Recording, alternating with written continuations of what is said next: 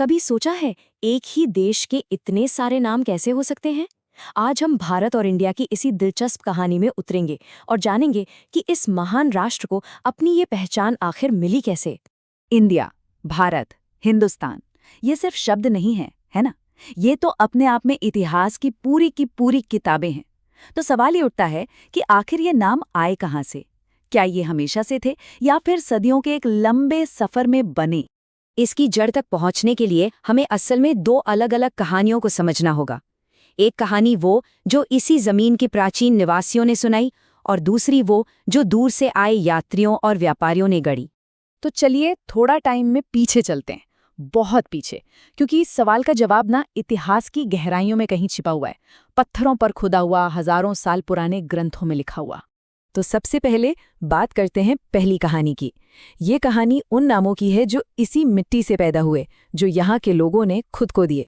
हमारी ये कहानी शुरू होती है दुनिया के सबसे पुराने और पवित्र ग्रंथों में से एक, ऋग्वेद से। अब ये सिर्फ कोई किताब नहीं है, बल्कि समझिए कि हजारों साल पुराना एक टाइम कैप्सूल है, जो हमें उस जमाने के समाज और भूगोल की एक झलक देता है। इसी ऋग्वेद में हमें इस इलाके के लिए एक बहुत पुराना नाम मिलता है, सप्त सैंधव, और इसका मतलब बहुत सीधा सा है, 7 नदियों की भूमि। अब देखिए, ये जो नाम था ना, ये पूरे देश के लिए नहीं था। ये उपमहाद्वीप के उत्तर पश्चिमी हिस्से के लिए इस्तेमाल होता था। वो इलाका जो ताकतवर सिंधु नदी और उसकी सहायक नदियों के आसपास बसा हुआ था। लेकिन कहानी यहीं नहीं रुकती। जैसे जैसे वक्त आगे बढ़ा, सभ्यताएं फैली और महाभारत जैसे ग्रंथों में एक बहुत बड़े भूभाग की बात होने लगी। एक ऐसा इलाका जो सिर्फ एक क्षेत्र तक ही सीमित नहीं था। और यहीं पर एंट्री होती है एक नए और ज्यादा बड़े नाम की, भारतवर्ष। इसका मतलब था भरतों का देश। भरत ऋग्वेद में जिक्र की गई एक बहुत शक्तिशाली जनजाति थी, जिन्होंने इस जमीन की सांस्कृतिक पहचान को बनाने में एक बड़ा रोल निभाया। विष्णु पुराण में तो इसकी एक बहुत ही खूबसूरत परिभाषा मिलती है, जो कहती है, वह देश जो समुद्र के उत्तर में और बर्फीले पहाड़ों के दक्षिण में स्थित है, भारत कहलाता है।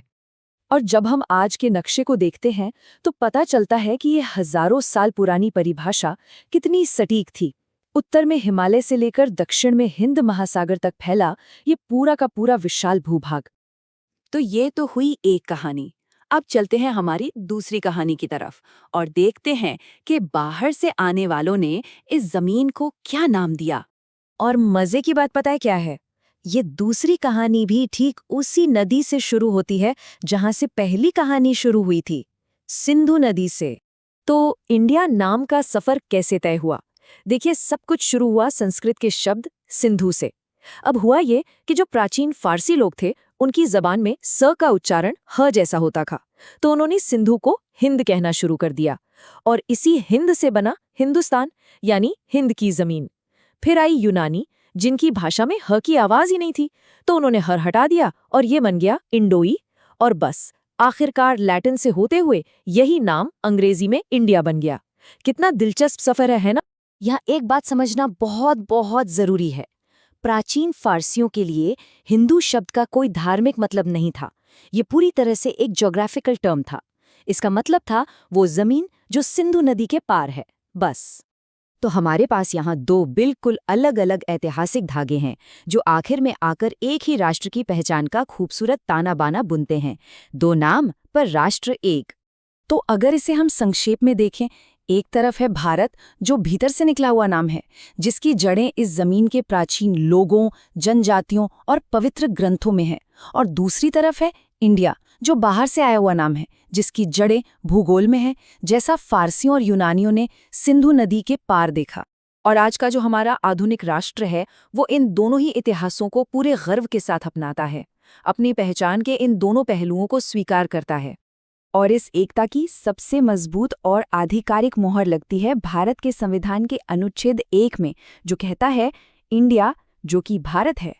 बस इन कुछ शब्दों ने इन दो महान नामों को हमेशा हमेशा के लिए एक कर दिया। तो ये पूरी कहानी हमें एक बहुत गहरे सवाल के पास लाकर छोड़ देती है। अलग अलग इतिहास से आए हुए कई नामों को अपनाना किसी भी आधुनिक देश की पहचान को आखिर कैसे आकार देता है? ये एक ऐसी विरासत है जो अपने बहुआयामी अतीत का जश्न मनाती है और हमें अपनी जड़ों की इस दिलचस्प जटिलता पर सोचने के लिए मजबूर करती है।